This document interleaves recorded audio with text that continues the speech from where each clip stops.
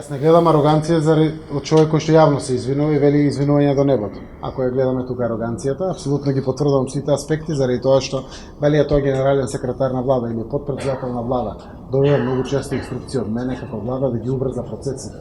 Во правно-формалниот аспект најчесто тоа е генералниот секретар на влада.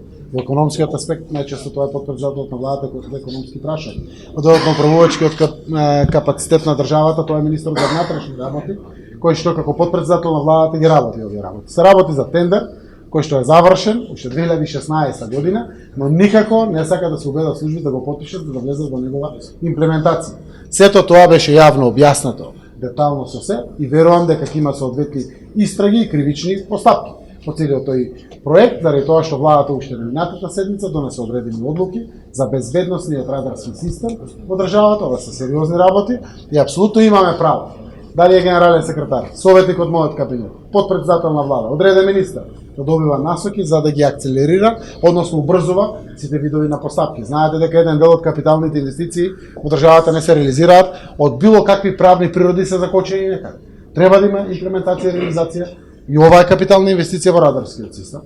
Така да верувам дека секој ароганција, треба да се носи одговорност, но секој има исто така и право да ги даде своите образложенија пред јавноста и јавноста да цени. Прво се работи за лична чест и достоинство. Ние сме транспарентна влада и го сакаме критичкиот осврт на медиумите.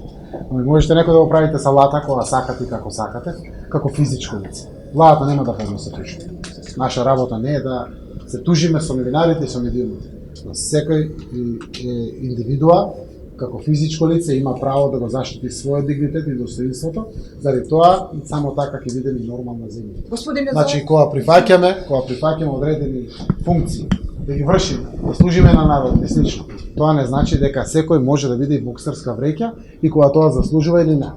Јас сакам да секој биде под лупата на критичкиот осврт на медиумите, на граѓаните, на истражувачкото новинарство, на се. Но секако правото на човечко достоинство и заштита на личниот интегритет е лично и индивидуално право и секој има право да го заштити тоа свое лично достоинство и интегритет. Еден дел е преку тужби, кој што сака да се заштити и докаже дека нема невиност, другиот дел е заради кредибилитетот и својот личен образ пред семејството, пред пријателите, пред родините.